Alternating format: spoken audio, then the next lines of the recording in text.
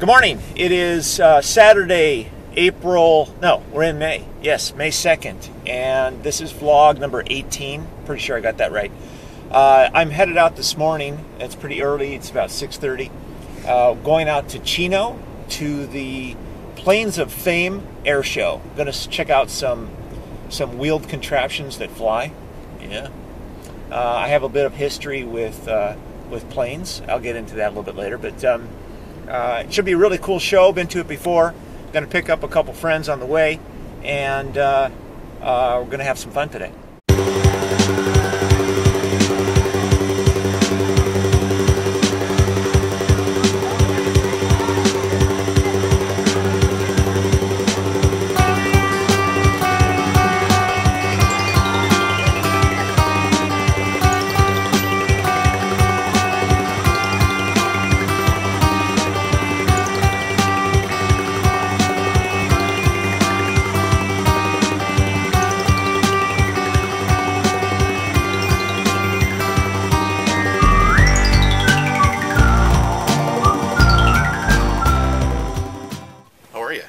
Fireball. Love the hat.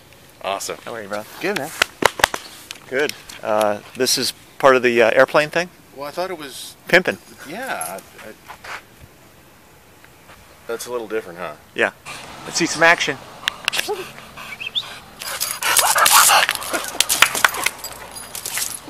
This is your dog. Oh, yeah, that's my crazy animal. Owner like dog. Roofy. So you jump up and down like that in the morning? Always. Yeah. Anytime I can. Yeah.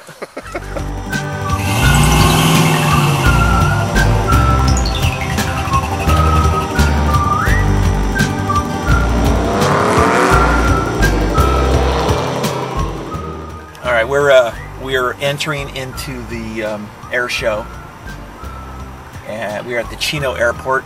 I got Ken in tow, and it's going to be really cool if we can get in there, though. It's probably, the line is rather large, and we get to park the Cadillac in the dirt, which is a plus.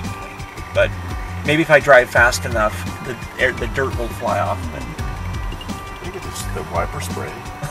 Somebody else's wiper spray. Maybe we could ask the cops to clean it on the way in. We're at the Chino Air Show in Chino. Where the prison is. There's a prison here also. Men and women. Yeah, and kids. And kids too. Something for everyone. And these guys. These guys are here with their chair. There is a prison there. Okay, we're gonna roll.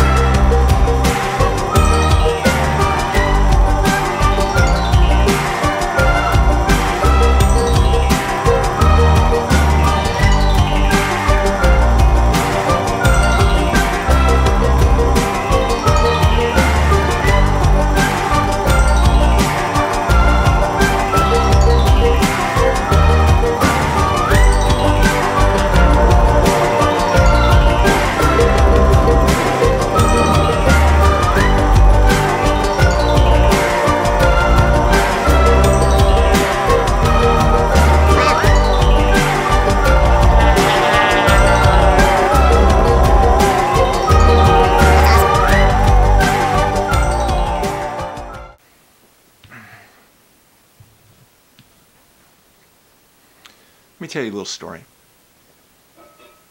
When I was a kid, about 3 years old, I had an uncle named Mike, and he was a very extreme kind of guy. He was a pylon racer, which meant he would race planes in between pylons at places like the Reno air races, and he got to be very famous, and because he was very good at what he did. He was willing to take tremendous risks to his life to do this thing that he loved so much. And I'm sure there was a lot of people that couldn't understand that, you know, why he was willing to put his life on the line for something that he loved. But I have a photo of he and his plane. It was a Hawker Sea Fury, and it was yellow, and it had flames across the front. And not too many people would want to paint flames on their plane, of all things. I mean, on a car I can understand, but on a plane would be a tremendous metaphor for taking risks. And but Mike was that way, and that always stuck with me as a child. And to see this image of this man who I never really knew, just heard stories about, he was willing to put his life on the line and take risks and do sometimes what other people thought he was crazy doing, and to put it all out there and just to say, screw it, this is what I want, and this is what I love, and that's what I want to do with my life. And going to this air show reminded me of that. It was something that I saw a lot of these people, in a way, doing the same thing. But Mike was special. He died young.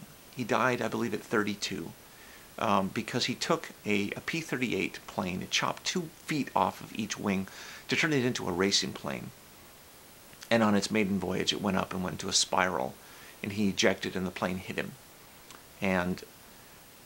But even though it happened in that way, it seemed very normal that it would happen in a way like that, because Mike was that way.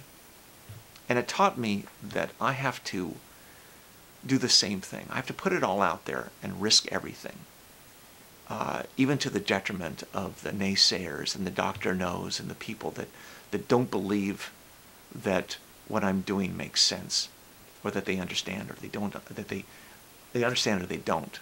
But you have to follow what you love. You have to do what you love, and you have to find a way.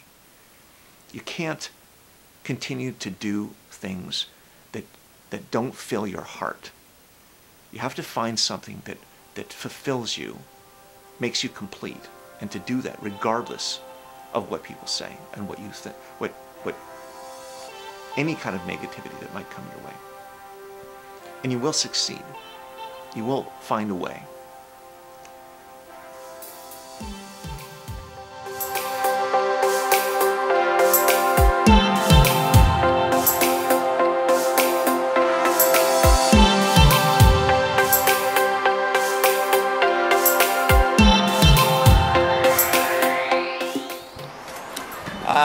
This afternoon, we've done a lot of stuff today, but this afternoon we're going to do a photo shoot with Isla, our new daughter-in-law. Almost. Well, not for another year. Yeah. Mm-hmm. Well, as far as we're concerned, she is. We're going to take pictures of these guys as soon as Sean puts the dog down. No, we're getting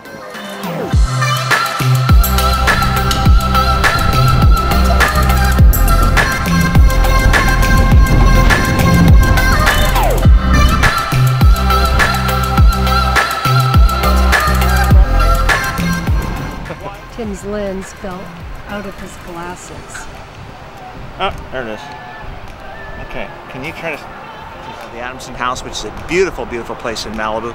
And we had the ranger come over and say, you guys can't be here because you don't have a permit. And I said, I don't need a permit.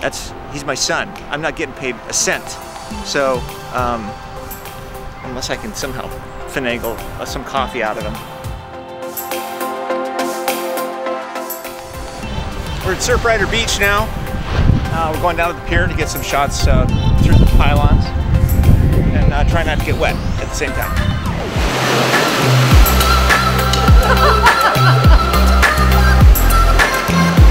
Another huge one is coming! Stay! Oh shit!